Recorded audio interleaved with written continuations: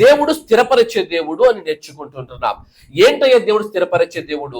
అసలు స్థిరపరచుట లేకపోతే స్థిరపరచబడుట, ఇంగ్లీష్ లో అయితే ఎస్టాబ్లిష్ అంటే అర్థం ఏమిటి అని ఆలోచన చేసినప్పుడు, ఏంటి స్థిరపరచబడుట అంటే అర్థం ఏమిటి అని ఆలోచన చేసినప్పుడు, స్థిరపరచబడడం అంటే దృఢముగా మరియు సురక్షితముగా ఉండడం. దృఢముగా లేకపోతే సురక్షితముగా ఉండడం. రెండోదిగా ఏదైనా తాత్కాలికముగా కాకుండా, అంటే ఈ రోజు నుండి రేపు వెళ్ళిపోయేదిలా కాకుండా స్థిరముగా చేయబడడం. స్థిరముగా చేయబడడం అంటే ఎక్కువ కాలం ఉండుట కొరకు చేయబడడం, అది స్థిరపడడం అంటే. మూడోదిగా బలమైన పునాది మీద కట్టడం. బలమైన పునాది మీద కట్టడం. నాలుగోదిగా శాశ్వతముగా మరియు ఫలవంతంగా ఉండడం. శాశ్వతముగా మరియు ఫలవంతముగా ఉండడం. ఇవి స్థిరపరచబడుట అంటే వచ్చేటటువంటి అర్థాలు, రైట్? మరి సురక్షితముగాను, దృఢముగాను, స్థిరముగాను, బలమైన పునాదిగాను, శాశ్వతముగా ఫలవంతముగాను స్థిరపరచుటకు దేవుడు ఏ విషయాలలో మనలను, మన కుటుంబాలను, సంఘములను స్థిరపరిచే దేవుడుగా ఉంటున్నాడో ఒక్కొక్కటిగా జ్ఞాపకం చేసుకోవడానికి ప్రయత్నం చేద్దాం. మొదటిగా దేవుడు వేటిలో స్థిరపరిచే దేవుడట చూద్దాం. కీర్తనల గ్రంథంకి వెళదాం. కీర్తనల గ్రంథం 90వ కీర్తన 17వ వచనం మొదటిగా చదువుకుందాం. కీర్తనల గ్రంథం 90వ కీర్తన 17వ వచనం. మా దేవుడైన యెహోవా ప్రసన్నత మా మీద నుండునుగాక, మా చేతి పనిని నీవు మాకు స్థిరపరచుము. మా చేతి పనిని నీవు మాకు స్థిరపరచుము. మొదటిగా ఏమి స్థిరపరిచే దేవుడయ్యా అంటే, వాక్యం అంటుంది ఆయన చేతి పనిని స్థిరపరచే దేవుడు. చేతి పనిని స్థిరపరిచే దేవుడట. ఏంటి చేతి పని అంటే, దేవుడు మనకి ఇచ్చినటువంటి అది చేతి పని. అది ఉద్యోగము కావచ్చు, వ్యాపారము కావచ్చు, ఏదైనా సరే దానిని స్థిరపరిచే దేవుడు అనగా దానిలో సురక్షితముగా నిన్ను నన్ను కూర్చోబెట్టే దేవుడు అని వాక్యం సెలవిస్తూ ఉంటున్నది. ఆయన చేతి పనిని స్థిరపరిచే దేవుడట. మనం జాగ్రత్తగా ఆలోచన చేసినప్పుడు అర్థం చేసుకోవడానికి, దేవుడు నోవాహు గారి దగ్గరికి వెళ్ళి నోవాహుతో చెప్పినటువంటి మాట, నోవాహుకు చెప్పినటువంటి పని ఏంటయ్యా అంటే, నోవాహు ఇదిగో నువ్వు ఓడని కట్టాలి, నేను జలప్రలయం తీసుకురాబోతుంటున్నాను, నేను తీర్పు తీసుకురాబోతుంటున్నాను, నువ్వు ఓడని కట్టాలి అని చెప్పాడు. ఓడని కట్టాలని చెప్పినప్పుడు నోవాహు గారు ఎదురు ప్రశ్నించలేదు, కానీ దేవుడు ఇచ్చినటువంటి ఆర్కిటెక్చర్ ని తీసుకొని ఓడ కట్టడానికి వెళ్ళిపోయాడు. మొదటిగా నువ్వు నేర్చుకోవాల్సిన సత్యం ఏమిటయ్యా అంటే, నువ్వు చేస్తున్న ఏదైనా పని కావచ్చు, అది ఏదైనా సరే, అది చిన్న పని కావచ్చు, పెద్ద పని కావచ్చు, చిన్న ఉద్యోగం కావచ్చు, పెద్ద ఉద్యోగం కావచ్చు, చిన్న బిజినెస్, చిన్న వ్యాపారము కావచ్చు, పెద్ద వ్యాపారము కావచ్చు, ఏదైనా సరే అది దేవుడు నీకు ఇచ్చిందన్న సంగతి నువ్వు జ్ఞాపకం ఉంచుకోవాలి. నోవాహు దగ్గరికి దేవుడు వచ్చి పని అప్పగించినప్పుడు, అయ్యా నేను ఇంజనీరింగ్ చదవలేదు, నాకు ఆర్కిటెక్చర్ అర్థం కాదు, అయ్యా నేను వెళ్ళి ఆ ఓడ తయారు చేయడానికి నా దగ్గర అది లేదు ఇది లేదని కారణాలు చెప్పలేదు, కానీ దేవుడు అప్పగించిన పనిని నమ్మకముతోనో విశ్వాసముతోనో నోవాహు గారు చేసినట్టు మనం చూస్తుంటున్నాం. ఏ పని అయితే దేవుడు నీకు అప్పగించాడో, ఏ ఉద్యోగంలో అయితే దేవుడు నేను కూర్చోబెట్టాడో, ఆ ఉద్యోగములో, ఆ వ్యాపారములో, ఆ పనిలో నువ్వు దేవుని యందు నమ్మకముగా విశ్వాసముతో పనిచేయటం నేర్చుకోవాలి. మొదటిగా నువ్వు చేస్తున్న పని, నీ చేతి పని, నీ ఉద్యోగము, నీ వ్యాపారము నీకు దేవుడు ఇచ్చాడన్న సంగతి జ్ఞాపకం ఉంచుకోవాలి. రెండవదిగా నోవాహు గారు గురించి ఆలోచన చేసినప్పుడు, అంతకుముందు ఆయన ఓడ ఎప్పుడు కట్టలేదు, కానీ ఆయన ఓడ కట్టడానికి వెళ్ళిపోయాడు. దేవుడు ఆర్కిటెక్చర్ ఇస్తే ఆ ఆర్కిటెక్చర్ అర్థం చేసుకోవడానికి ఆయన సివిల్ ఇంజనీరింగ్ అని చదవలేదు. మరి ఎలా ఓడ కట్టగలిగాడు? ఆయనకు అటువంటి స్కిల్, ఆ సామర్థ్యం ఎక్కడి నుంచి వచ్చింది? ఆ జ్ఞానము, ఆ అర్థం చేసుకునేటటువంటి ఆ తెలివితేటల్లో దానిని వెళ్ళి ఆ ఓడను, అంత పెద్ద ఓడను కట్టడానికి ఆయనకి ఆ తెలివితేటలు, సామర్థ్యం ఎక్కడి నుంచి వచ్చాయి అంటే, ద్వితీయోపదేశ కాండంలో దేవుడు మాట్లాడుతుంది. ద్వితీయోపదేశ కాండం 8వ అధ్యాయం 18వ వచనం వాక్యం మాట్లాడుతుంది. చదువుదాం. ద్వితీయోపదేశ కాండం 8వ అధ్యాయం 18వ వచనం. కాగా నీ దేవుడైన యెహోవాను జ్ఞాపకము చేసుకొనవలెను, ఏలయనగా తాను నీ పితరులతో ప్రమాణము చేసినట్లు తన నిబంధనను స్థాపించవలనని మీరు భాగ్యము సంపాదించుకున్నట్లకై మీకు సామర్థ్యము కలుగ చేయువాడు ఆయనే. నోవాహు గారికి సామర్థ్యము కలుగజేసింది ఎవరు? ఆయనే. ఓడ కట్టడానికి ఆ ఆర్కిటెక్చర్ అర్థం చేసుకునే సామర్థ్యం ఇచ్చింది ఎవరు? ఆయనే. దాన్ని కట్టడానికి సామర్థ్యము అనగా మన భాష చెప్పాలంటే స్కిల్ సెట్, ఆ స్కిల్ ఇచ్చింది ఎవరు? దేవుడే. నీ ఉద్యోగములో, నీ పనిలో, నీ చేతి పనిలో, నీ వ్యాపారములో నీకు కావలసిన సామర్థ్యము కలుగచేయువాడు కూడా ఆయనే. ఉద్యోగం ఇచ్చిన వాడు ఆయనే, పని ఇచ్చిన వాడు ఆయనే, ఆ పనిలో కావలసిన సామర్థ్యమును కలుగచేయువాడు ఆయనే. ఎప్పుడైతే నువ్వు నమ్మకముతో, విశ్వాసముతో పని చేస్తూ ఉంటావో సామర్థ్యమును బలపరిచేవాడు కూడా ఆయనే. ఎప్పుడైతే నోవాహు గారు వెళ్ళి నమ్మకముతో, విశ్వాసముతో పనిచేయడం ప్రారంభించాడో ఆలోచన చేయండి. అంతవరకు ఓడలు ఎక్కడ ఉంటాయి? సముద్రం దగ్గర ఉంటాయి. ఈయనేమో తీసుకొని వచ్చి పర్వతం మీద కడుతూ ఉంటున్నాడు. అయ్యా ఇక్కడ చూస్తే చుట్టుపక్కల సముద్రమే లేదు కదా, ఇంత పెద్ద ఓడ ఎందుకు కడుతున్నావు? ఎందుకు ఇంత పెద్ద ఓడ కడుతున్నావు? ఆయనకి ఏదైనా వస్తువులు అవసరమై షాపులకు వెళ్తే ఆయన ఏ రకంగా చూసింటారో ఆలోచన చేయండి.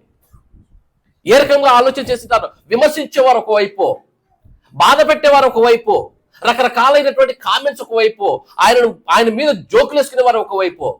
అయినా వాటన్నిటిని పక్కన పెట్టి అప్పగించిన పనిలో ఆయన నమ్మకముగా పని చేయడం నేర్చుకున్నాడు. నమ్మకముగా పనిచేశాడు. 1 కాదు, 2 కాదు, 3 కాదు, 120 సంవత్సరాలు ఆయన నమ్మకంగా పనిచేశాడు.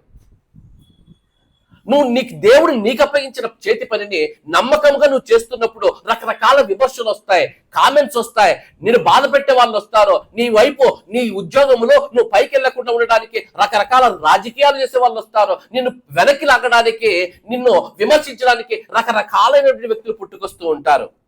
నువ్వు చేయాల్సిన పని ఏంటంటే నోవాహు గారి లాగా దేవుని వైపు చూస్తూ నమ్మకముతో, విశ్వాసముతో నీకు అప్పగించిన పనిని చేసుకుంటూ వెళ్ళడమే.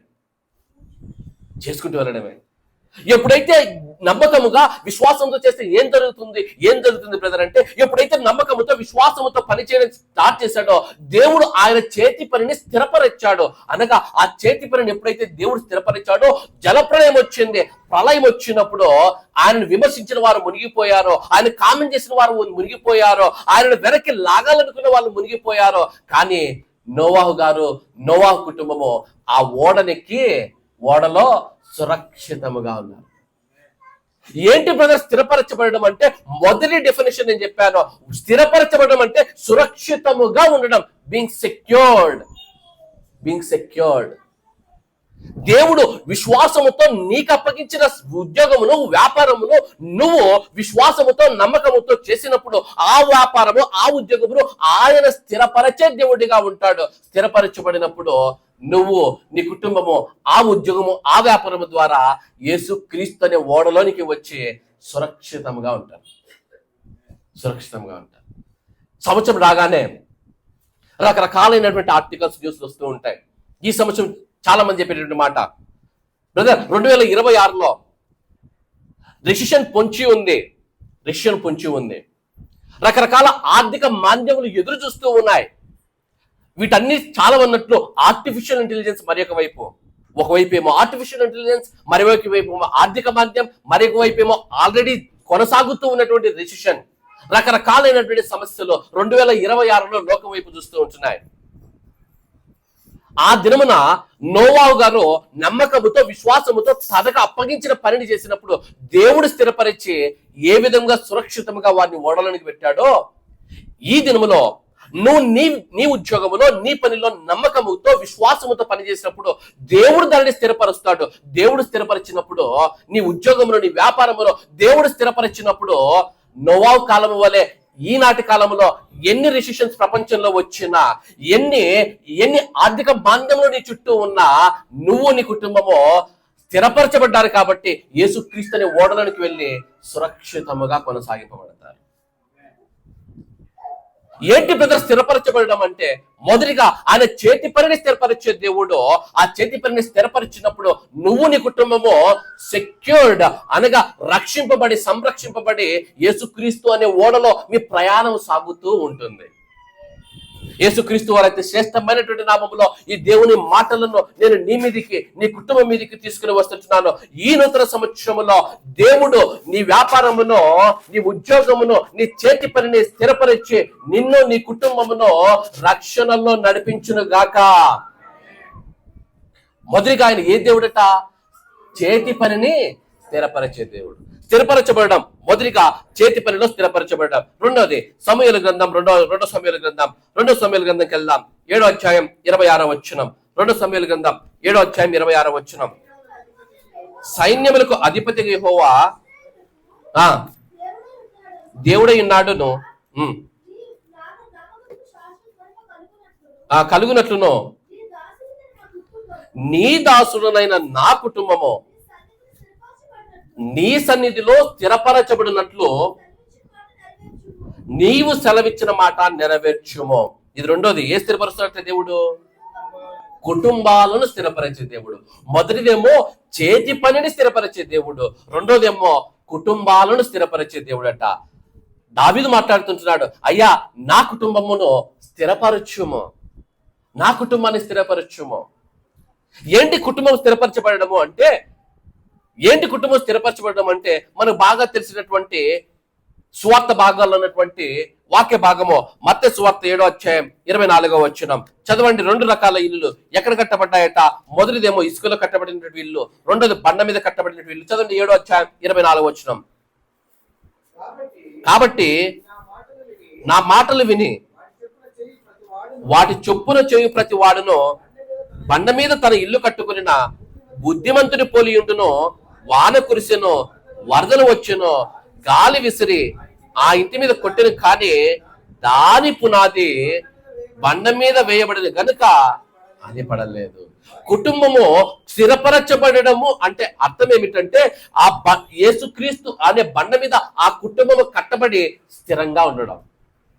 ఆ కుటుంబము స్థిరపరచబడడం. కుటుంబంలో దేవుడు స్థిరపరిచినప్పుడు ఆ కుటుంబం ఎలా ఉంటుంది అంటే, ఆ కుటుంబంలో భార్యాభర్తల మధ్యన మిస్అండర్స్టాండింగ్స్ వస్తాయి, కానీ తట్టుకొని నిలబడతారు. ఆ కుటుంబంలో ఆర్థిక ఇబ్బందులు వస్తాయి, తట్టుకొని నిలబడతారు. ఆ కుటుంబంలో అనారోగ్యాలు వస్తాయి, తట్టుకొని నిలబడతారు. ఆ కుటుంబంలో ఆర్థిక ఇబ్బందులు, అనారోగ్యములు, ఏ సమస్య వచ్చినా, ఏ శ్రమ కలిగినా, ఏ బాధ కలిగినా ఆ కుటుంబము యేసుక్రీస్తు అనే బండ మీద కట్టబడింది కాబట్టి ఆ కుటుంబం అన్నిటినీ తట్టుకొని నిలబడుతుంది. ఎలా నిలబడుతుందో తెలుసా? కీర్తనకారుడు అంటున్నాడు, 125వ కీర్తన మొదటి వచనం చదువుదాం. 125:1 వచనం.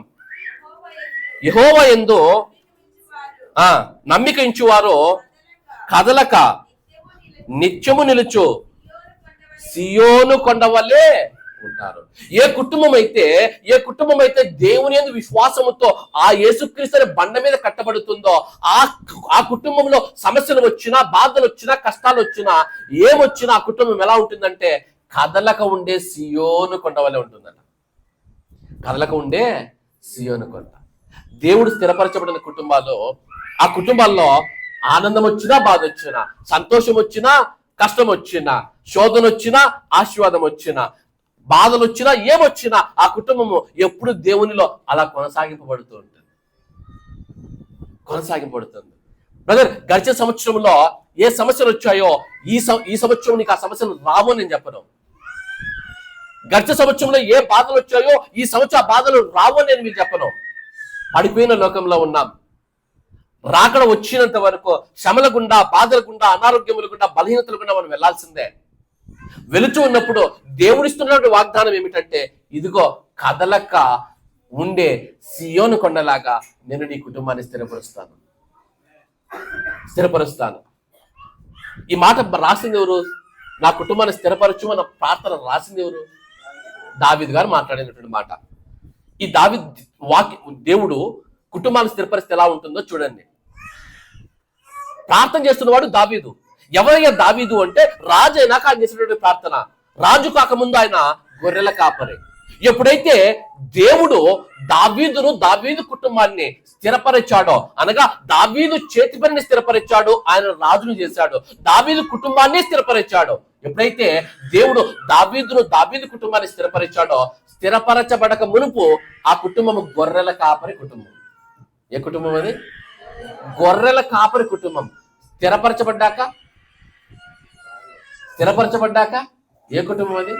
గొర్రెల కాపరి దావీదు ఎవరు దావీదు? రాజు. స్థిరపరచబడక ముందేమో గొర్రెల కాపరి కుటుంబం, స్థిరపరచబడ్డాక అది నో మోర్ షెఫర్డ్ ఫ్యామిలీ. అది ఏ కుటుంబం అయ్యా అంటే రాజవంశం. గొర్రెల కాపరిగా ఉన్నాడు ఆయన. యెరూషలేము పట్టణానికి రావడానికి కూడా అర్హత లేదు, యెరూషలేము కోటలోనికి రావడానికి కూడా అర్హత లేదు. గొర్రెల కాపరులకు పట్టణాల్లోకి రాకూడదు, కోటలోనికి రాకూడదు. కానీ ఏ అర్హత లేని దావీదు అరణ్యములో బ్రతుకుచూ ఉన్నాడు. దేవుడు ఎప్పుడైతే స్థిరపరచబడినో ఆ కుటుంబం ఏమయ్యిందంటే అదే యెరూషలేములో అదే కోటకు రాజకుటుంబం అయింది. దేవుడు స్థిరపరిస్థితి ఉంటుంది కుటుంబం. దేవుడు కుటుంబాలను స్థిరపరిస్తే కుటుంబ చరిత్రలు మారిపోతాయి. దేవుడు కుటుంబాలను స్థిరపరిస్తే కుటుంబ చరిత్ర మార్చివేయబడుతుంది. దేవుడు కుటుంబాలను స్థిరపరిస్తే అవి ఆశీర్వదించబడతాయి, దీవించబడతాయి. ఎంతో మందికి ఆశీర్వాదకరంగా, దీవెనకరముగా కుటుంబాలు నిలబడతాయి. యేసుక్రీస్తు వారైతే శ్రేష్టమైనటువంటి నామములో నూతన సంవత్సరంలో నువ్వు నీ కుటుంబము దేవుని చేత ఆశీర్వదించబడి ఎప్పుడు కదలని సియోను కొండ వలె యేసుక్రీస్తు అనే బండ మీద కట్టబడి స్థిరపరచబడుదురు గాక. మొదటిది ఏం స్థిరపరిచే దేవుడు? చేతి పనిని స్థిరపరిచే దేవుడు. రెండోదిగా కుటుంబాలను స్థిరపరిచే దేవుడు. మూడో చూద్దాం. తెస్సలోనికీయులకు రాసినటువంటి రెండో పత్రిక, తెస్సలోనికీయులకు రాసినటువంటి రెండో పత్రిక 2వ అధ్యాయం 17వ వచనం. తెస్సలోనికీయులకు రాసినటువంటి రెండో పత్రిక 2వ అధ్యాయం 17వ వచనం. దేంట్లో స్థిరపరిచే దేవుడు మన దేవుడు చూద్దాం. తెస్సలోనికీయులకు రాసినటువంటి రెండో పత్రిక. మన ప్రభువైన యేసుక్రీస్తును మనలను ప్రేమించి కృపచేత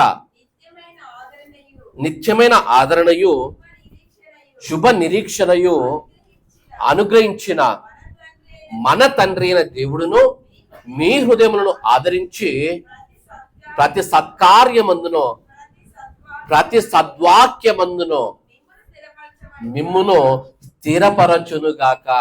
ప్రతి సద్వాక్యమందును మిమ్మల్ని స్థిరపరచును గాక. ఆమేన్. దేవుడు మొదటిగా చేతి పనిని స్థిరపరిచే దేవుడట, రెండోదిగా కుటుంబాలను స్థిరపరిచే దేవుడట, మూడోదిగా సద్వాక్యమును స్థిరపరిచే దేవుడు. అపోస్తలుడైన పౌలు ఎవరికి రాస్తున్నాడు లెటర్ అంటే సంఘానికి రాస్తున్నాడు. అనగా విశ్వాసులకు రాస్తున్నాడు. విశ్వాసులకు రాస్తాడని చెప్పిన మాట సద్వాక్యమును స్థిరపరచబడుదురు గాక. అంటే సంఘములో సద్వాక్యం అనగా మంచి వాక్యం, గుడ్ వర్డ్. సద్వాక్యము కాక సంఘములో సద్వాక్యము కానిదేదో ఉంది. అర్థమవుతుందా? సద్వాక్యములో స్థిరపరచబడాలి అంటే అర్థం ఏమిటంటే సద్వాక్యము కానిది కూడా సంఘంలో ఉంది. జాగ్రత్త. ఎవరికి రాస్తున్నాడు? తెస్సలోనికలో ఉన్నటువంటి సంఘానికి రాస్తుంటున్నాడు. సంవత్సరం వయసు కూడా లేనటువంటి సంఘం రకరకాల శ్రమల గుండా వెళ్ళింది, బాధల గుండా వెళ్ళింది, కష్టాల గుండా వెళ్ళింది. రకరకాల తప్పుడు బోధన సంఘంలోనికి వచ్చేసాయి. యేసుక్రీస్తు రాకడను గురించి రకరకాలైనటువంటి ఆలోచనలు, తప్పుడు బోధనలు సంఘంలోనికి వచ్చేసాయి. సంఘంలోనికి వస్తే ఆ బోధనలన్నిటినీ ఖండిస్తూ ఆయన తెస్సలోనికలో ఉన్నటువంటి సంఘానికి పత్రిక రాస్తుంటున్నాడు. మన ప్రభువైన యేసుక్రీస్తు మన తండ్రి అయిన దేవుడు మిమ్మల్ని సద్వాక్యములో స్థిరపరచును గాక. ఏంటి ప్రభువా, ఏంటి దేవా సద్వాక్యం అని దేవుని అడిగితే దేవుడు ఇచ్చినటువంటి సమాధానం ఏంటయ్యా సద్వాక్యం? ఏంటి సద్వాక్యం? సద్వాక్యం అంటే ఏమిటి అంటే, ఏది సద్వాక్యం అంటే ఇదిగో దేవుడు ఏదైతే రాయించి మన చేతిలో పెట్టాడో అది సద్వాక్యం. అది సద్వాక్యం. ఇది కాకుండా, దీనిలోనే కాకుండా ఎవరైనా సరే, అది ఎంత పెద్ద బోధకుడైనా, ఎంత పెద్ద సేవకుడైనా, ఎంత పెద్ద మనిషి అయినా సరే, దీనిలోనే కాకుండా పౌలు గారు అన్నారు పరలోకంలో నుండి వచ్చు దేవదూతలైనా సరే ఇందులోనే కాకుండా వేరేది చెబితే అది సద్వాక్యం కాదు. అది సద్వాక్యం కాదు. ఏది బ్రదర్ సద్వాక్యం? సద్వాక్యం అంటే ఇదిగో రాయబడి నీ చేతిలో నా చేతిలో పెట్టినటువంటి వాక్యం ఏదైతే ఉందో అది సద్వాక్యం, మంచి వాక్యం. ఏంటి సద్వాక్యం? సద్వాక్యం అంటే నిన్ను నీ కుటుంబాన్ని యేసుక్రీస్తులోనికి నడిపించేది సద్వాక్యం. నిన్ను నీ కుటుంబాన్ని యేసుక్రీస్తులోనికి నడిపించి విశ్వాసంలో బలపరిచేది సద్వాక్యం. నిన్ను నీ కుటుంబాన్ని యేసుక్రీస్తు వాక్యంలో బలపరిచేది సద్వాక్యం. ఆ యేసుక్రీస్తులో నుంచి, విశ్వాసంలో నుంచి బయటికి తీసుకెళ్లే సద్వాక్యం కాదు. ఏది సద్వాక్యం అంటే నిన్ను విశ్వాసంలో బలపరిచేది సద్వాక్యం. పౌలు గారు అంటున్నారు, అయ్యా ఇదిగో ఆ దేవుడు మిమ్మల్ని సద్వాక్యంలో స్థిరపరచును గాక. ఎలా ఉంటుంది సద్వాక్యంలో పరిస్థితి తెలుసా? ఆ కుటుంబం, ఆ సంఘం ఎలా ఉంటుందంటే అపోస్తలుల కార్యంలో 2వ అధ్యాయానికి వెళ్దాం. కొన్ని మాటలు జ్ఞాపకం చేస్తా. అపోస్తలుల కార్యంలో 2వ అధ్యాయానికి వెళదాం. 42వ వచనం చదువుదాం. మీరు అపోస్తలుల బోధ యందును సహవాసమందును రొట్టె విరుచుట యందును ప్రార్థన చేయుట యందును. గమనించండి, ఎక్కడున్నారట వాళ్ళు? అపోస్తుల బోధలో ఉన్నారంట. అది సద్వాక్యం. అపోస్తుల బోధలో ఉన్నారంట. అది సద్వాక్యం.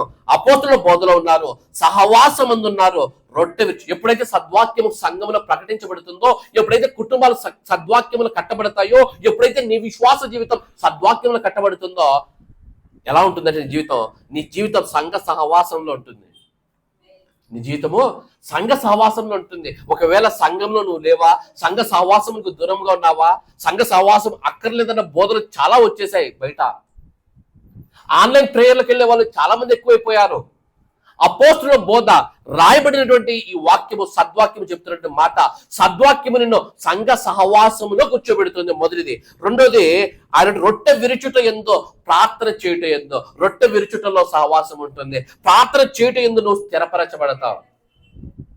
ప్రార్థన చేయడం స్థిరపరచబడతావు. కిందకు వచ్చినప్పుడు 46వ వచనం చదువుదాం. 46వ వచనం మరియు 43 కూడా చదువు. 43 కూడా. అప్పుడు ప్రతి వానికిని భయము కలిగిన మరియు అనేక మహత్కార్యములను సూచక క్రియలను అపోస్తుల ద్వారా జరిగింది. ఎప్పుడైతే అపోస్తుల బోధ ఎందుకు సంఘము కట్టబడిందో మహత్కార్యములు జరిగాయట, ఆశ్చర్యకార్యాలు జరిగాయట.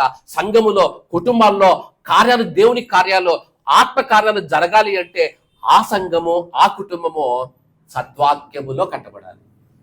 సద్వాక్యములో కట్టబడాలి. ఏ కుటుంబము, ఏ సంఘం అయితే సద్వాక్యములు కట్టబడుతుందో ఆ కుటుంబంలో, ఆ సంఘములో దేవుని కార్యములు జరుగుతాం మనం చూస్తాం. కిందకు వచ్చినప్పుడు 46వ వచనం, మరియు వారేక మనస్కులై ప్రతి దినము దేవాలయంలో తప్పక కూడుకొనొచ్చు, ఇంటింట రొట్టె విరుచుచు దేవుని స్తుతించుచు ప్రజలందరి వలన దయ పొందిన వారై. ప్రజలందరి వలన దయ పొందుకుంటారట. ఆ కుటుంబము దేవుడు సద్వాక్యంలో కుటుంబాలను స్థిరపరిస్తే, దేవుడు సద్వాక్యంలో సంఘములను స్థిరపరిస్తే ఆ కుటుంబము, ఆ సంఘము దేవుని కార్యాలు జరుగుతాయట. ప్రజలందరి వలన దయను పొందుకుంటారట. దయను పొందుకుంటారట. కిందకు వచ్చినప్పుడు సంఘానికి దేవుడు ఇస్తున్నటువంటి వాగ్దానం 47వ వచనం, అందరితోనూ ఆనందముతోనూ నిష్కపటమైన హృదయముతోనూ ఆహారము పుచ్చుకొని చుంటరి, మరియు ప్రభువు రక్షణ పొందుచున్న వారిని అనుదినము వారితో చర్చించున్నాను. అనుదినము వారితో చర్చించున్నాను. ఎవరిని? రక్షణ పొందుచున్నాం. ఎప్పుడైతే సంఘము సద్వాక్యమును ప్రకటించడం ప్రారంభిస్తుందో, ఎప్పుడైతే సంఘము సద్వాక్యంలో కట్టబడి ప్రారంభిస్తుందో, క్రొత్త ఆత్మలు సంఘంలోనికి నడిపించబడుతున్నాయట. క్రొత్త ఆత్మ సంఘంలోనికి చేర్చబడుతూ ఉంటున్నాయట. గడిచిన సంవత్సర కాలంలో దేవుడు ఎన్నో మంచి విషయాలు మనకు నేర్పించాడు. ఎన్నో అద్భుతమైన ఆత్మీయ సంగతులు మనం నేర్చుకోగలిగాం. ఈ సంవత్సరంలో ఏ సద్వాక్యము చేత దేవుడు మనలను స్థిరపరచబోతున్నాడో I don't know at this stage. నన్ను అడిగితే సంవత్సరం అంతా ఏ సద్వాక్యం బ్రదర్ నాకు తెలియదు, కానీ ఒకటి మాత్రం తెలుసు, వాగ్దానం ఇచ్చిన వాడు నమ్మదగిన వాడు. గడిచిన సంవత్సర కాలం కంటే ఇంకా ఎక్కువ సద్వాక్యముతో దేవుడు మనలను, మన కుటుంబాలను ఆ సద్వాక్యంలో స్థిరపరచబోతున్నాడు. ఆ సద్వాక్యంలో సంఘము, కుటుంబం కట్టబడినప్పుడు, ఎస్పెషల్లీ సంఘము కట్టబడినప్పుడట, సంఘములో క్రొత్త ఆత్మలో అనుదినము చేర్చబడతాయట. అనుదినము చేర్చబడతాయి. యేసుక్రీస్తు వారైతే శ్రేష్టమైనటువంటి నామములో నువ్వు, నీ కుటుంబము సద్వాక్యములో స్థిరపరచబడి ఆయన వాక్యములో వర్ధిల్లేవారుగా ఉండెదరు గాక. యేసుక్రీస్తు వారైతే శ్రేష్టమైనటువంటి నామములో లవింగ్ గాడ్ మినిస్ట్రీ అనేటువంటి ఈ సంఘము ఆ సద్వాక్యములో కట్టబడి, ఇదిగో నూతన ఆత్మలు కొత్త సంవత్సరములో చేర్చబడి సంఘము వర్ధిల్లింపబడేదిగా ఉండును గాక. ఎక్కడ సద్వాక్యం ప్రకటించబడితే అక్కడ సంఘం వర్ధిల్లబడుతుంది. తప్పుడు బోధలు వస్తే బహుశా కొద్ది రోజులు బాగానే నడవచ్చేమో సంఘం, కొద్ది రోజుల తర్వాత బుడగ డమాలను వెళుద్ది. అప్పుడు తెలుస్తుంది ఆ సంఘం యొక్క సద్వాక్యం ఏమిటో. జాగ్రత్త. ఏదైతే నిన్ను విశ్వాసంలో బలపరుస్తుందో అదే సద్వాక్యం. అది ఎవ్వరు చెప్పినా, including me in the future, including me, నేనే కాదు, పౌలు గారి భాష చెప్పాలంటే గలతీ పత్రిక రాస్తూ, పరలోకములో నుండి వచ్చి దేవదూత వచ్చి చెప్పినా సరే వాడికి క్షమ అన్నాడు. సద్వాక్యములో మీరు స్థిరపరచబడాలి. 4వ దానికి వెళ్దాం. దేవుడు స్థిరపరచట. కొలసీ పత్రిక 2వ అధ్యాయం 7వ వచనం. కొలసీ పత్రిక 2వ అధ్యాయం 7వ వచనం. కావున మీరు ప్రభు అయిన క్రీస్తు యేసు అంగీకరించిన విధముగా ఆయన యందు వేరుపారిన వారై ఇంటి వలె కట్టబడుచు మీరు నేర్చుకున్న ప్రకారముగా విశ్వాసమందు స్థిరపరచబడచ్చు. దేని స్థిరపరుస్తాడు దేవుడు? మొదటిది ఏది? చేతి పని స్థిరపరిచే దేవుడు. రెండోది కుటుంబాలు స్థిరపరిచే దేవుడు. మూడోది సద్వాక్యంలో స్థిరపరిచే దేవుడు. నాలుగోది విశ్వాసంలో స్థిరపరిచే దేవుడు. విశ్వాసంలో స్థిరపరచబడ్డం అంటే ఏంటయ్యా అంటే గడిచే సంవత్సరంలో రకరకాల పరిస్థితులు కూడా మనం వెళ్ళి ఉంటాం. నూతన సంవత్సరంలో అవన్నీ ఏమి రావా బ్రదర్ అంటే I can't promise you that. No one can promise you that. బహుశా ఎవరు కూడా ఈ నూతన సంవత్సరంలో నీకు ఏ సమస్య రాదు, ఏ బాధ రాదు, ఏ కష్టం రాదు అని చెప్పలేరు. ఏ సమస్య వచ్చినా, ఏ బాధ వచ్చినా దేవుని యందు నా దేవుడు నాకున్నాడనే విశ్వాసముతో ముందుకు కొనసాగే వారముగా ఉంటాం. విశ్వాసం స్థిరపరచబడి ఏ సమస్య వచ్చినా, ఈ మనం చదువుకున్న ఇందాక కీర్తన చదువుకున్నట్లు సహోదరుడు చెప్పినట్లు ఏ సమస్యలు వచ్చినా, గొల్యాతు సమస్య వచ్చినా దావీదు చెక్కు చెదరలేదు, తోడేలతో పోరాడవలసి వచ్చినా దావీదు చెక్కు చెదరలేదు, సింహముతో పోరాడవలసి వచ్చినా దావీదు చెక్కు చెదరలేదు. ఆయన విశ్వాసంలో అలా ముందుకు సాగుచున్నాడు. అది విశ్వాసంలో స్థిరపరచబడ్డం అంటే. విశ్వాసంలో స్థిరపరచబడ్డం అంటే అది. రాజయ్యాడు, విశ్వాసంలో స్థిరపరచబడ్డాడు. రాజయ్యాడు, పాపం చేశాడు, ప్రవక్త వచ్చి ఆయనకి అయ్యా నువ్వు తప్పు చేశావు అంటే తప్పును దిద్దుకోవడానికి ప్రయత్నం చేశాడు దావీదు. విశ్వాసంలో స్థిరపరచబడ్డాం. విశ్వాసంలో స్థిరపరచబడితే నీ జీవితం అలా ఉంటుంది. ఆయన విశ్వాసంలో స్థిరపరిచే దేవుడు. 5 చూద్దాం. కీర్తన 119:5. కీర్తన 119:5. కీర్తన 119:5. ఆహా నీ కట్టడలు గైకొనున్నట్లు నా ప్రవర్తన స్థిరపడి ఉండినా ఎంత మేలు. నీ ఆజ్ఞలన్నిటినీ నీ లక్ష్యము చేయనప్పుడు దేనిలో స్థిరపరిచే దేవుడట? ప్రవర్తన స్థిరపరిచే దేవుడట. ప్రవర్తనలో మనం స్థిరపరిచే దేవుడు. 133 కూడా చదవండి. అదే కీర్తన 119:133. 119:133 చదవండి. 119:133. నీ వాక్యమును బట్టి నా అడుగులు స్థిరపరచుము. దేన్ని బట్టి స్థిరపరచట? ప్రవర్తన నడత. ప్రవర్తన నడత ఏంటి? ప్రవర్తన నడత అంటే విశ్వాసం ఉంది, రక్షింపబడ్డాం, యేసుక్రీస్తు అంటే ఇష్టం ఉంది, యేసుక్రీస్తు అంటే ప్రేమ ఉంది. సంఘంలోకి వచ్చినప్పుడు ఆరాధన చేస్తున్నాం, ప్రార్థన చేస్తుంటున్నాం, చక్కగా ఉంటున్నాం. సంఘం బయటికి వెళ్ళగానే అనుదినము మన జీవితం ఏ విధంగా ఉంది? యాకోబు భక్తుడు ఉన్నాడు, క్రియలు లేని విశ్వాసం మృతమైంది అన్నాడు. అది వ్యర్థం, అది మృతమైనది, అది చచ్చిపోయేది. క్రియలు ఉండాలి. దేనిలో క్రియలు ఉండాలి? ఆ క్రియలు నీ విశ్వాసము ఏ క్రియలలో కనిపించాలి? ఆ నీ విశ్వాసము నీ మాటల్లో, నీ అనుదినము ప్రవర్తనలో, నువ్వు వేసే అడుగులలో, అనగా నువ్వు తీసుకునే నిర్ణయాలలో ప్రతి దినము ఆయన వాక్యము నీకు ఆయన యందు ఉన్న విశ్వాసము నీ అనుదిన జీవితంలో, అనగా ప్రవర్తనలోను నడతనలోను కనిపిస్తూ ఉండాలి. దేవుడు విశ్వాసంలో స్థిరపరిచే దేవుడు. అంతేకాదు కానీ ఆయన మన ప్రవర్తనను, మన నడతలను కూడా స్థిరపరిచే దేవుడు. విశ్వాసం కావాలంటే ఎక్కడి నుంచి వస్తుంది? విశ్వాసం దేని వల్ల వస్తుంది? బైబిల్ చెప్పింది వాక్యము వినుట వలన. ఏ వాక్యము? ఏ మాట వినుట వల్ల? అది క్రీస్తును గూర్చిన మాట వలన. వినుట వలన విశ్వాసం వస్తుందట. వాక్యం వింటే విశ్వాసం వస్తుంది. విశ్వాసంలో స్థిరపరచబడతావు. విశ్వాసంలోకి వచ్చిన తర్వాత అదే వాక్యము నిన్ను, నీ ప్రవర్తనను, నడతను కూడా స్థిరపరుస్తుంది. యేసుక్రీస్తు వారి అతి శ్రేష్టమైనటువంటి నామములో ఈ నూతన సంవత్సరంలో నువ్వు, నీ కుటుంబము విశ్వాసంలో స్థిరపరచబడి మీ ప్రవర్తన, మీ నడతలు దేవుని వాక్యము చేత స్థిరపరచబడును గాక. ఓవరాల్ గా విశ్వాస జీవితం స్థిరపరచబడ్డం అంటే ఇది. ఏంటి బ్రదర్ విశ్వాస జీవితం స్థిరపరచబడ్డం అంటే? మొదటిగా ఆయన వాక్యంలో స్థిరపరిచే దేవుడు. సద్వాక్యమును మనకిచ్చి, ఆ సద్వాక్యమును మనకు నేర్పించి మొదట వాక్యంలో స్థిరపరుస్తాడు. వాక్యంలో నువ్వు స్థిరపరచబడ్డప్పుడు ఆ వాక్యమును బట్టి నువ్వు విశ్వాసంలో స్థిరపరచబడతావు. విశ్వాసంలో స్థిరపరచబడతావు. ఏ సమస్య వచ్చినా, ఏ కష్టం వచ్చినా, ఆనందం వచ్చినా, ఆశీర్వాదం వచ్చినా దేవునికి నమ్మకముగా విశ్వాసంతో ఉంటావు. ఎప్పుడైతే విశ్వాసంతో ఉంటావో ప్రవర్తన, నడత చక్కగా ఉంటుంది. ప్రవర్తన నడత చక్కగా ఉంటుంది. చక్కటి మాటలు మాట్లాడతావు, చక్కటి నిర్ణయాలు తీసుకుంటావు, చక్కటి ఆలోచనలు చేస్తావు, చక్కటి నడవడిక ఉంటుంది, ప్రవర్తన బాగుంటుంది. ఎప్పుడైతే వాక్యము, విశ్వాసము, ప్రవర్తన బాగుపడతాయో, ఎప్పుడైతే ఇవి స్థిరపరచబడతాయో, నీ ఉద్యోగంలో స్థిరత్వం ఉంటుంది, నీ బిజినెస్ స్థిరత్వంగా ఉంటుంది, నీ కుటుంబము స్థిరత్వం. అన్నిటికీ మూలం ఏంటి? గట్టిగా చెప్పాలి. అన్నిటికీ మూలం ఏంటి చెప్పండి? వాక్యము. వాక్యము. వాక్యము. ఆ వాక్యములో మొదలు నువ్వు స్థిరపడాలి. ఆ వాక్యమును ప్రతిదినము నువ్వు లేవగానే చదవడం నేర్చుకోవాలి. ముందుకు వెళ్దాం. మరలా వస్తా వాక్యం దగ్గరికి. అర్థమైందా? వాక్యము స్థిరపరచబడితే విశ్వాసంలో స్థిరపరచబడతావు, విశ్వాసంలో స్థిరపరచబడితే నీ ప్రవర్తనలో స్థిరపరచబడతావు, తర్వాత నీ చేతి పనులలో నీ కుటుంబము స్థిరపరచబడుతుంది. ముందుకు సాగుదాం. నూతన సంవత్సరం రాగానే వాగ్దానాల కొరకే సంఘానికి రాకూడదు.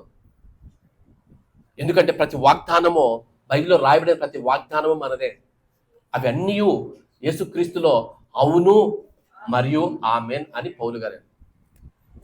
అవన్నీ మనమే. నీ చేతిలోనే దేవుడు అన్ని వాగ్దానాలు ప్రింట్ చేసి నీ చేతిలో తీసుకొచ్చి పెడితే వాటిని ఓపెన్ చేసి ఆ వాగ్దానాలను అర్థం చేసుకోలేక వాగ్దానముల కొరకు క్యూలలో నిలబడుతున్నాను. I'm not against that. వాగ్దానాలు ఇవ్వద్దు, తీసుకోవద్దు అవన్నీ నేను చెప్పట్లేదు. అఫ్కోర్స్ ఏదైనా సరే విశ్వాసంలో బలపరుస్తుంది, కాదనట్లేదు. ఎందుకు వాగ్దానం మనం పెట్టలేదు మన సంఘంలో అంటే మరలా చెబుతున్నాను. వాగ్దానాలు ఆల్రెడీ దేవుడు ప్రింట్ చేసి మన చేతిలో పెట్టాడు. దాన్ని సపరేట్గా నేను మరలా ప్రింట్ చేసి మీకు తీసుకొచ్చి రావాల్సిన అవసరం లేదు. ఒకవేళ బైబిల్ లేకపోతే చెప్పండి, తీసుకొచ్చి 50 పెడతాను. బైబిల్ లేకపోతే చెప్పండి, ఇంకో 100 తీసుకొచ్చి ఇక్కడ పెడతాం. అన్ని వాగ్దానాలు మీవే. ఒక వాగ్దానం ఇవ్వాలనుకో నాకు ఇష్టం లేదు, అందుకే మనం వాగ్దానాలు పెట్టలేదు. వాగ్దానాల కొరకు 1వ తేదీన ఆరాధనకు రాకండి, 31వ తేదీన వాగ్దానాల కొరకు సంఘానికి రాకండి. ఇదిగో సంవత్సర కాలంలో నీ జీవితం ఏ విధంగా ఉందో నిన్ను పరీక్షించుకుంటూ నూతన సంవత్సరంలో దేవునిలో బలపడడానికి ఏ తీర్మానాలు తీసుకోవాలో ఆలోచన చేయడానికి రండి. నూతన సంవత్సర ఆరాధన ఎలా ఉండాలి అంటే 1వ తేదీ ఎంతమంది ఆరాధనకు వచ్చినా అది లేదు. 1వ తేదీ ఆరాధనలో మెసేజ్ అదే, కృతజ్ఞత ఉండాలి. రెండోది ఏం నేర్చుకున్నావు? కృతజ్ఞత ఉండాలి, సాక్ష్యం ఉండాలి. మూడోదిగా తీర్మానాలు ఉండాలి. తర్వాత వాగ్దానం, విశ్వాసం లాస్ట్. తీర్మానాలు ఉంటే వాగ్దానాలు ఫాలో అవుతూ ఉంటాయి. ఏంటయ్యా తీర్మానాలు? దేవుడు స్థిరపరిచే దేవుడుగా నీ పక్షాన, నీ కుటుంబ పక్షాన ఆయన నిలబడాలి అంటే, నిన్ను స్థిరపరచాలంటే ఎటువంటి తీర్మానాలను తీసుకోవాలి? మొదటిగా యోబు గ్రంథం 11వ అధ్యాయం 14వ వచనం. దేవుడు స్థిరపరచాలంటే నువ్వేం చేయాలి? యోబు గ్రంథం 11వ అధ్యాయం 14వ వచనం త్వరగా చెప్పడానికి ప్రయత్నం చేస్తాను. యోబు గ్రంథం 11వ అధ్యాయం 14వ వచనం. పాపము నీ చేతిలో ఉన్నట్టు చూచి నీవు దానిని విడచిన ఎడల నీ గుడారములలో నుండి దుర్మార్గతను నీవు కొట్టివేసిన ఎడల నిశ్చయముగా నిర్దోషివై నీవు సంతోషించదవు, నిర్భయుడవై నీవు స్థిరపడాలంటే మొట్టమొదటి ఏం విడిచిపెట్టాలి అంటే పాపాన్ని, దుర్మార్గతను విడిచిపెట్టాలి. ఏం విడిచిపెట్టాలి? పాపమును, దుర్మార్గతను విడిచిపెట్టాలి. మొదటి భాగం చెప్పేసి వెళ్తే అన్న ఎంత మంచి వాక్యం చెప్పాడో, పల్లె ఉండింది వాక్యం ఈరోజు అనుకుంటారు. ఈ 2వ భాగం చెప్తేనే కష్టం. ఎందుకు? 2వ భాగంలో నీ బాధ్యత ఉంది, యువర్ రెస్పాన్సిబిలిటీ. మొదటి బాధ్యత ఏంటయ్యా అంటే పాపాన్ని విడిచిపెట్టాలి, దుర్మార్గతను తొలగించుకోవాలి. ఆలోచన చేయి, నిన్ను పరీక్షించుకో. గడిచిన సంవత్సరంలో ఏ పాపమో, ఏ బలహీనత దేవునికి నిన్ను దూరస్తురాలను గాను చేసింది. ఒకసారి నిన్ను ప్రశ్నించుకో, ఒకసారి నిన్ను పరీక్షించుకో.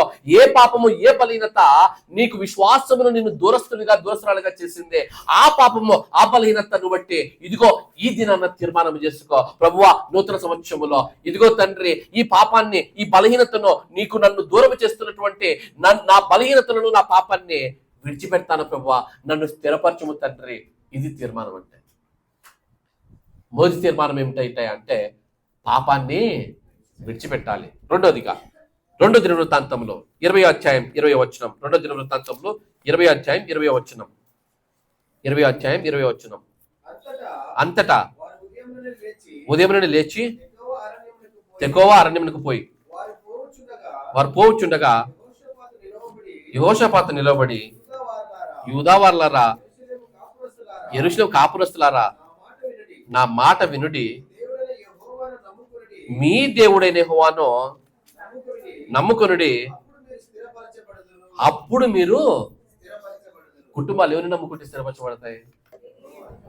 ఎవరిని నమ్ముకోవాలి? దేవుని నమ్ముకోవాలా అమ్ముకోవాలా? నమ్ముకోవాలా అమ్ముకోవాలా? నమ్ముకున్న సంఘాలను చూస్తాం, అమ్ముకుంటున్న సంఘాలను చూస్తాం.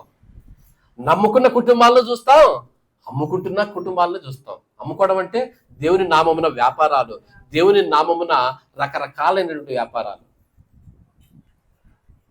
భక్తుడు మాట్లాడుతున్నాడు, నువ్వు దేవుని నమ్ముకో, ఆయన స్థిరపరుస్తాడు. మొదటిదేమో పాపాన్ని విడిచిపెట్టాలి, రెండోదేమో దేవుని నమ్ముకోవాలి. దేవుని నమ్మడం అంటే ఏమిటంటే ఎటువంటి పరిస్థితుల మధ్యలో గుండా నువ్వు వెళ్ళవలసి వచ్చినా ఆయన యందు విశ్వాసములో కొనసాగింపబడుతూ ఉండాలి. దేవుని ఎందుకు వచ్చేవారో ఆయన ఉన్నాడనియో ఆయన ఫలము దయచేయవాడవనియో నమ్మవలను కదా. హెబ్రీ పత్రికలో మనం చదువుతాం కదా, దేవుని ఎందుకు వచ్చేవారు ఆయన ఉన్నాడని నమ్మాలి. నువ్వు నీ కుటుంబము దేవుని నమ్ముకోవాలి, అప్పుడు నువ్వు నీ కుటుంబము స్థిరపరచబడతారట. మొదటిదేమో పాపాన్ని విడిచిపెట్టమన్నాడు, రెండోదేమో దేవుని నమ్ముకోమన్నాడు, మూడోది నెహెమ్యా గ్రంథం 1:5 నెహెమ్యా గ్రంథం 1:5 ఎట్లనగా, ఆకాశమందున్న దేవా, యెహోవా భయంకరుడైన గొప్ప దేవా, నిన్ను ప్రేమించి నీ ఆజ్ఞలను అనుసరించి నడుచువారిని కటాక్షించి వారితో నిబంధన స్థిరపరచువాడా. ఎవరిని స్థిరపరుస్తాడు అంటే ఆయన ఆజ్ఞలను అనుసరించి నడుచుకునే వారైనా స్థిరపరిచే దేవుడట. మూడోదిగా ఆజ్ఞలను అనుసరించాలి. మొదటి పాపాన్ని విడిచిపెట్టాలి, రెండోది దేవుని నమ్ముకోవాలి, మూడోది ఆయన ఆజ్ఞలను అనుసరించాలి. గడిచే సంవత్సరంలో ఏ ఆజ్ఞలను అనుసరించడంలో నువ్వు తప్పిపోయావు, ఏ ఆజ్ఞలను అనుసరించడంలో నువ్వు పడిపోయావు, ఏ ఆజ్ఞలను అనుసరించలేక నువ్వు బలహీనురాలుగాను మార్చబడ్డావు, ఇదిగో ఒక తీర్మానం చేసుకో. ప్రభువా, ఇదిగో తండ్రి, ఈ నూతన సంవత్సరంలో నీ ఆజ్ఞలను పాటించడంలో ఇదిగో తండ్రి నన్ను పడిపోకుండా స్థిరముగా నిలబెట్టు ప్రభువా. నీ ఆజ్ఞలనే పాటిస్తాను తండ్రి. ఇది కదా తీర్మానం అంటే. పాపాన్ని విడిచిపెట్టాలట, దేవుని నమ్ముకోవాలట, దేవుని ఆజ్ఞలను అనుసరించాలట. చివరికి చెప్పిన ముగించిన ప్రయత్నిస్తాను. సమూయేలు గ్రంథం 2వ సమూయేలు గ్రంథం మనం చదువుకునే వాక్య భాగం మరలా వెళ్దాం. 2వ సమూయేలు ఇందాక చదువుకున్నాం, 7వ అధ్యాయం 26వ వచనం. సైన్యములకు అధిపతియగు యెహోవా ఇశ్రాయేలుకు దేవుడై ఉన్నాడని మాట చేత నీ నామముకు శాశ్వత మహిమ కలుగునట్లు నీ దాసుడనైన నా కుటుంబం నీ సన్నిధిని స్థిరపరచబడినట్లు. కుటుంబం స్థిరపరచబడాలంటే ముందు ఒక మాట చెప్పాడు. ఆ కుటుంబం ఎక్కడుండాలి? దేవుని కుటుంబాలు ఎక్కడుండాలమ్మా? స్థిరపరచబడాలంటే, ఆశీర్వదించబడాలంటే ఆ కుటుంబం ఎక్కడుండాలి? ఆదివారం అయితే ఫీనిక్స్ మాల్లో ఉండాలి. ఏమ్మా, అప్పుడు బాగా స్థిరపరచబడతాయి. ఎక్కడ స్థిరపరచబడతాయి? ఆదివారం అయితే ఫీనిక్స్ మాల్లోకి వెళ్ళారనుకోండి, ఎక్కడ స్థిరపరచబడతాయి కుటుంబాలు? ఫీనిక్స్ మాల్లోను, అక్కడ స్వైప్ చేసిన క్రెడిట్ కార్డు బిల్లులు కట్టడంలోను, ఆ బిల్లులు చెల్లించడానికి అప్పులు చేయడంలోను, ఆ అప్పులు కట్టడానికి వడ్డీలు కట్టడంలోనూ స్థిరపరచబడతాయి. ఎక్కడ స్థిరపరచబడాలి కుటుంబాలు? ఎక్కడ ఉంటే స్థిరపరచబడతాయి కుటుంబాలు? దేవుని సన్నిధిలో ఉంటే స్థిరపరచబడతాయి. ఏంటి దేవుని సన్నిధిలో ఉండడం అంటే? దేవుని సన్నిధిలో ఉండడం అంటే క్రిస్మస్ ఆరాధనలో వచ్చి కూర్చోవడం మాత్రమే కాదు. దేవుని సన్నిధిలో ఉండడం అంటే నూతన సంవత్సర ఆరాధనలో మాత్రమే వచ్చి కూర్చోవడం కాదు. దేవుని సన్నిధిలో ఉండడం అంటే అనునిత్యము ఆయన వాక్యాన్ని ధ్యానిస్తూ, ఆయన వాక్యాన్ని చదువుతూ, ఆయన వాక్యానుసారం బ్రతకడం. నిత్యమైన వాక్యాన్ని బట్టి బ్రతకాలి. అది దేవుని సన్నిధిలో బ్రతకడం. సాయంత్రం అవుతానే నువ్వు నీ కుటుంబము ఏం చేస్తూ ఉంటున్నారు? కుటుంబ ఆరాధనలు నీ కుటుంబాల్లో ఉంటున్నాయా? కుటుంబం కలిసి ప్రార్థించేవారుగా ఉంటున్నారా? వ్యక్తిగతమైన ప్రార్థనలు, వ్యక్తిగతమైన ఆరాధన నీ కుటుంబంలో ఉందా? కుటుంబ ప్రార్థన, కుటుంబ ఆరాధన నీ కుటుంబంలో ఉందా? మనకు అన్ని తెలుసు. ఎక్కడ 2-3 కూడా నా నామమును ప్రార్థించేదో వారి మధ్యలో ఉంటారని దేవుడు చెప్పాడు. ఆయన సన్నిధి, ఆయన కూర్చొని ప్రార్థన చేస్తే అక్కడ వస్తుంది, అక్కడ పని చేస్తుంది. తెలుసు. తెలుసు. కానీ పొద్దున సాయంత్రం అవుతూనే ఆ పని మాత్రం చేయలేము. రకరకాల ఇబ్బందులు వచ్చేస్తాయి, రకరకాల పనులు కనిపిస్తూ ఉంటాయి, రకరకాలైనటువంటి కోరికలు కనిపించేస్తూ ఉంటాయి. దేవుని సన్నిధిలో నువ్వు నీ కుటుంబం ఉంటే స్థిరపరచబడతారు. నీ కుటుంబం ఆశీర్వదించబడుతుంది, నీ కుటుంబం దీవించబడుతుంది. ఈ ప్రార్థన చేసినటువంటి దావీదు కుటుంబం, ఈ ప్రార్థన తర్వాత చూసినప్పుడు ఆ కుటుంబము అంతకంతకు వర్ధిల్లేరని చదువుతాం. ఏమైంది దావీదు కుటుంబం? ఎక్కడుంటే వర్ధిల్లుతారు కుటుంబాలు? దేవుని సన్నిధిలో ఉంటే వర్ధిల్లుతారు, లోకంలో ఉంటే కాదు. కుటుంబం అన్ని విషయాల్లో అంతకంతకు వర్ధిల్లింపబడి స్థిరపరచబడాలి అంటే నువ్వు నీ కుటుంబము దేవుని సన్నిధిలో ఉండటం నేర్చుకోవాలి. ఏంటి దేవుని సన్నిధిలో ఎలా ఉండాలి? దేవుని సన్నిధిలో అంటే ఈ సంవత్సరం ఆలోచించండి, దేవుని సన్నిధిలో ఎలా ఉండాలో. ఒకవేళ ఇటువంటి తీర్మానాలు తీసుకున్నట్లయితే దేవుని సన్నిధిలో ఉండడం అంటే ఏమిటయ్యా అంటే, పొద్దునే లేస్తానే దేవుని సన్నిధిలో ఉండడం అంటే ఏమిటి? దేవుని సన్నిధిలో ఉన్నవారు ఏం చేయాల్సిన పని ఏంటయ్యా అంటే, బైబిల్ తెరిచి వాక్యం చదివి ప్రార్థన చేసుకోవడం. దేవుని సన్నిధిలో బ్రతకాల్సిన వాళ్ళు చేయాల్సిన మొదటి పని ఏంటి? ఏం చేయాలి? ఎట్టి చెప్పాలా? కష్టమైన పని చెప్తున్నారు కదా, కష్టమైన పని. పొద్దున్న లేస్తారే, ఎక్కడ చదవాలి బైబిల్? బైబిల్ ఎక్కడ చదవాలి? దేంట్లో చదవాలి? ఫోన్లో కాదు, ల్యాప్టాప్లో కాదు. ఎక్కడ చదవాలి బైబిల్ ఓపెన్ చేసి మీ బైబిల్ తీసుకొని చదవాలి. ఎంతమందికి ఇక్కడ మీ పర్సనల్ ఫోన్లు ఎంతమందికి ఉన్నాయి? ఇక్కడ పర్సనల్ ఫోన్లు అందరికి ఉన్నాయా? ఎవరికి లేవా? అందరికి చేతులు ఎత్తండి. పర్సనల్ ఫోన్లు అందరికి ఉన్నాయా? పర్సనల్ మొబైల్ ఫోన్లు ఎంతమందికి ఉన్నాయి? మీలో పర్సనల్ మొబైల్ ఫోన్స్ ఎంతమందికి ఉన్నాయి? అందరికి ఉన్నాయి. పర్సనల్ బైబిల్ ఎంతమందికి ఉంది? అందరికి ఉందా? లేకపోతే ఒకటి తీసుకోండి, లేకపోతే ఒకటి కొనుక్కోండి. పర్సనల్ బైబిల్ ఉందా? బైబిల్ ఉంటే ఆ బైబిల్ని ఈ సంవత్సర కాలంలో ఎన్నిసార్లు ఓపెన్ చేసి చదివా? ఒకవేళ చదవకపోతే ఒక తీర్మానం చేసుకో, ప్రభువా ఈ నూతన సంవత్సరం అనుదినము ఇదిగో తండ్రి నీ వాక్యముతో నా జీవితం ప్రారంభిస్తా. ఎందుకు? స్థిరపరచబడుట అన్నది ఎక్కడ స్టార్ట్ కావాలి? వాక్యం దగ్గర స్టార్ట్ కావాలి. అంటే నీ బ్రతుకు ఎక్కడి నుంచి ప్రారంభమవ్వాలి? నువ్వు స్థిరపరచబడాలంటే వాక్యం దగ్గర స్టార్ట్ కావాలి. వాక్యం దగ్గర స్టార్ట్ కావాలంటే నిత్యము నీ దినము, నీ నూతన దినము ఎక్కడ ప్రారంభం అవ్వాలి అంటే వాక్యం దగ్గర ప్రారంభం అవ్వాలి. వాక్యం చదువు. అర్థం కాకపోయినా మరలా చదువు. అర్థం కాకపోయినా పర్లేదు, ఒక పక్కన బుక్ పెట్టుకో, రాసుకో, చదువుతా ఉండు. వాక్యం చదవాలి, ప్రార్థన చేయాలి. నూతన దినమును బట్టి దేవుని ఆరాధించు, దేవుని స్తుతించు.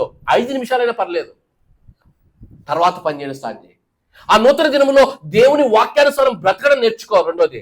మూడోదిగా, దినమంతా అయిపోయింది, పడుకునే పోయేక ముందు చిన్న ప్రార్థన. ప్రభువా ఈ నూతన దినంలో నువ్వు చేసిన మేలన్నింటిని బట్టి నీకే స్తోత్రం తండ్రి.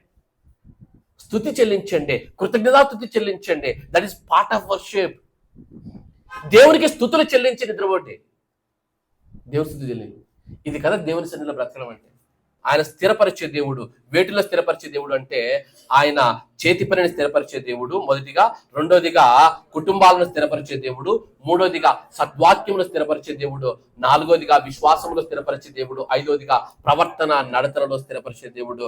యేసుక్రీస్తు వారి అతి శ్రేష్టమైన నామములో ఈ నూతన సంవత్సరంలో నువ్వు వాక్యమును చదువుతూ, వాక్యమును నేర్చుకుంటూ, వాక్యమును స్థిరపరచబడుతూ, చేతి పని విషయంలోనూ, కుటుంబ విషయంలోనూ, సద్వాక్యములోనూ, విశ్వాసములోనూ, ప్రవర్తనలోనూ స్థిరపరచబడి ఈ నూతన సంవత్సరంలో వర్ధిల్లింపబడి ఆశీర్వాదములతోనూ దీవెనలతోనూ నడిపించబడదుగాక. ఆమేన్. అటువంటి కృపా పరిశుద్ధాత్మ దేవుడు మీకును మీ కుటుంబాలకును సకల లోక పరిశుద్ధులను అనుగ్రహించి నడిపించును గాక.